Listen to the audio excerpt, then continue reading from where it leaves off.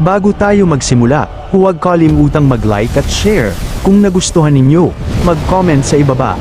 Maraming salamat, let's go, ituloy na natin ang kwento. Samantala, lumipat ang kwento sa Royal Palace, kung saan ang matandang hari ay nagpapahinga habang napapaligiran ng ilang mga babae. Inihain nila siya ng pagkain, minasahe ang kanyang katawan, at inaliw siya habang tinatamasa niya ang marangyang kapaligiran. Sa sandaling ito, binanggit ng hari ang paparating na duel ceremony, isa sa ilang mga okasyon na nagpapasaya pa rin sa kanya. Ibinaling niya ang kanyang atensyon kay Roderick at nagsalita tungkol sa mga mandirigmang handa para sa okasyon. Ang hari ay lalong interesado kay Aster, ang may-ari ng Seven Wings Emblem, at gusto niyang masaksihan ang kanyang lakas para sa kanyang sarili. Ipinaliwanag ni Roderick na kahit na si Aster ay nagtataglay ng malaking potensyal, siya ay bata pa at kulang sa karanasan. Dahil doon, hindi niya magagarantiya na si Aster ay mabubuhay sa inaasahan ng hari. Ang matandang hari ay tumawa lamang. Para sa kanya, ang isang taong nagtataglay ng wing emblem na nakahihigit kahit sa pinakamalakas na kabalyero sa kaharian ay hindi kailangang patunayan ang kanyang mga kwalifikasyon. Binanggit din niya na ang mga bulong-bulungan ay kumalat na sa buong kastilyo na may maraming naniniwala na si Aster ay nakalaan upang maging susunod na hari ng mga kabalyero at kalaunan ay papalit kay Roderick. Si Roderick ay nanatiling lubos na tahimik matapos marinig ang mga salitang yon. Muli na namang binanggit ng matandang hari si Aster. Sinabi niya na si Aster ay nakakuha ng reputasyon bilang isang hindi makontrol na puwersa na humamon pa sa pangunahing bahay ng walang pag-aalinlangan, habang nagpapahayag ng pag-aalala kung ang gayong mabangis na mandirigma ay tunay na mapamamahalaan. Habang nagpapatuloy ang usapan, ang matandang hari ay walang pakialam na kumakain ng ubas habang nagsasalita tungkol sa lumalaking kaguluhan sa mga kabalyero.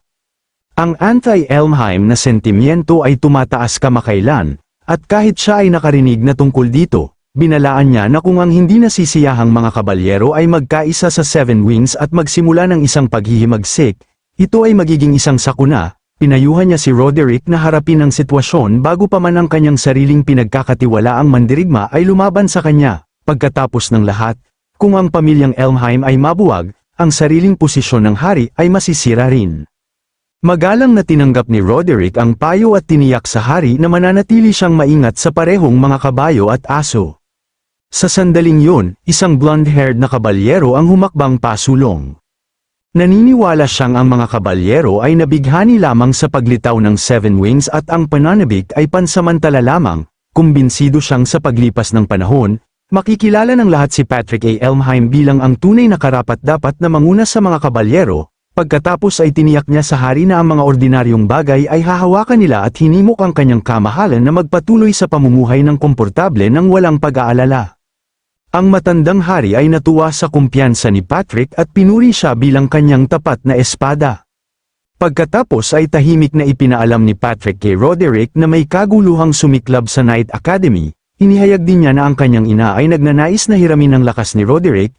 Idinagdag na kung kinakailangan, siya ay handang pumunta roon mismo. Inutusan ni Roderick si Patrick na pangasiwaan ang natitirang mga tungkulin sa pagbabantay habang siya ay wala. Tinanggap ni Patrick ang utos ng walang pag-aalinlangan. Matapos umalis si Roderick, pinagnilayan ni Patrick kung paano ang commander ay nanatiling walang emosyon gaya ng dati. Pagkatapos ay nagpasya siyang malaon o madali. Kailangan niyang makipagkita kay Aster ng personal at makipag-usap sa kanya bilang isang taong nagmamalasakit din sa kinabukasan ng Elmheim. Habang nagbago ang eksena, nakipagkita si Aster sa Count upang talakayin ang isang mahalagang bagay. Binanggit niya ang paparating na duel ceremony at inihayag na gusto niyang lumahok dito. Agad na naunawaan ng Count ang kanyang ibig sabihin. Ipinaliwanag niya na ang duel ceremony ay isang maharlikang tradisyon na ginaganap ng Knight Academy. Sa mga taon ng masaganang ani, ang dalawang pinakapambihirang cadet ay pinipili upang maglaban sa harap ng hari sa harap ng maraming manunood. Inihayag noon ni Aster ang kanyang tunay na layunin. Nais niyang irekomenda siya ng Count bilang isa sa mga kalahok. Ipinaliwanag ng Count na ang nagwagi sa duel ceremony ay personal na tumatanggap ng Platinum Order, ang Honorary Knight Medal mula sa hari. Ito ay patunay na kinilala ng hari ang isang tao bilang isang pambihirang kabalyero. Ang pagkilalang iyon ang eksaktong gusto ni Aster. Gayunpaman, matigas na tinanggihan ng Count ang kanyang kahilingan. Kahit na inamin niyang ang kakayahan ni Aster ay higit pa sa sapat at ang Seven Wings ay ginawa siyang kahangahangang kandidato, Nag-aalala siya na mawalan muli ng kontrol si Aster sa harap ng hari. Kung mangyari muli ang isang insidente, walang sino man ang makakapanagot para dito. Itinuro rin niya na si Julius ang malamang na magiging ibang kalahok. Kung humarap muli si Aster kay Julius, walang garantiya na hindi na mauulit ang parehong tunggalian.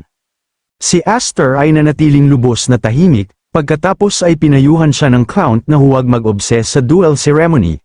Kung ang gusto lang niya ay ang medalya, maaari niyang makamit ang pagkilala sa parehong paraan na ginawa ng kanyang kapatid na babae, sa pamamagitan ng matatag na pagbuo ng mga nagawa sa paglipas ng panahon. Pinaalalahanan niya si Aster na ito ang paraan kung paano nakakamit ng karamihan sa mga kabalyero ang paggalang ng kaharian. Agad na tinanggihan ni Aster ang ideyang yun. Naniniwala siyang ang pamamaraang yun ay masyadong mabagal. Inamin niyang sa kanyang kasalukuyang antas, kulang pa siya ng kapangyarihan upang protektahan ang kanyang pamilya at mga kaibigan mula sa pamilyang Elmheim. Iyon ang tiyak na dahilan kung bakit gusto niyang maging isang tao na walang makakapagbanta at gusto niyang makamit yun bago pa masaktan ang iba. Biglang tumawa ang Count matapos marinig ang determinasyon ni Aster. Napagtanto niyang gusto ni Aster na gamitin ang karangalan ng pagkilala ng hari bilang isang kalasag upang protektahan ang kanyang sarili at natagpuan niyang ang ambisyong yun ay hindi kapani-pani walang matapang.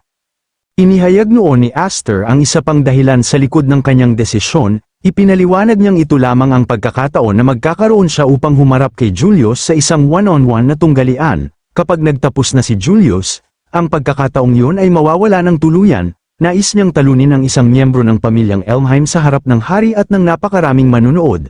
Para sa kanya, ito ang perpektong pagkakataon at kung hahayaan niyang mawala ito, malamang na hindi na ito babalik. Inamin ni Aster na hindi niya alam ang tunay na mga plano ng Count, ngunit sigurado siya sa isang bagay. Ang Count ay hindi kailanman nanumpa ng katapatan sa pamilyang Elmheim. Sa paniniwalang yun, magalang na yumuko si Aster at hiniling sa Count na ipahiram sa kanya ang kanyang lakas. Pinaalalahanan niya ito na minsan ay naglagak na siya ng kanyang tiwala sa kanya at nagmakaawa para sa pagkakataong lumaban sa kanila. Ang Count ay kitang-kitang nagulat, ang makita si Aster na yumuko sa kabila ng pagtanggi na sumuko kahit sa duke at sa ika-6 na pinuno ay nag-iwan ng malaking impresyon sa kanya. Nakangiti ng may paghanga, tumayo siya at nagpasya na bigyan si Aster ng pagkakataon bilang kapalit ng kanyang determinasyon. Nagulat si Aster na marinig yun. Ipinaliwanag noon ng Count na ang pinakamalaking hadlang ay ang hindi makontrol na pagwawala ng 7 wings. Kung ang panganib na yun ay maaaring alisin, isa sa alang-alang niya ang pagrekomenda kay Aster para sa duel ceremony. Gayunpaman, bago pa man mangyari yun, kailangan ni Aster na maunawaan ang tunay na kalikasan ng 7 wings. Nagtaka si Aster kung ang Count ay nagnanais na turuan siya ng personal. Agad na tumawa ang Count at tinanggihan ang ideya. Inamin niyang hindi siya angkop na maging guro at naniniwala siyang ang ganitong uri ng problema ay dapat hawakan ng isang tunay na eksperto. Di nagtagal, dumating si Aster sa ibang lokasyon at tumayo sa harap ng isang saradong pinto. Habang dahan-daang bumukas ito, nagtaka siya kung ang ekspertong may kakayahang harapin ang pagwawala ng 7 wings ay talagang nasa loob. Sa loob ng silid, isang misteryosong apoy ang nagniningas mula sa gitna ng isang bukas na aklat. Agad na naramdaman ng isang matandang master ang pagdating ni Aster. Mahinahon niyang kinilala na ang matagal nang hinihintay na tao ay sa wakas ay dumating na at naghanda na siyang dalhin siya sa loob.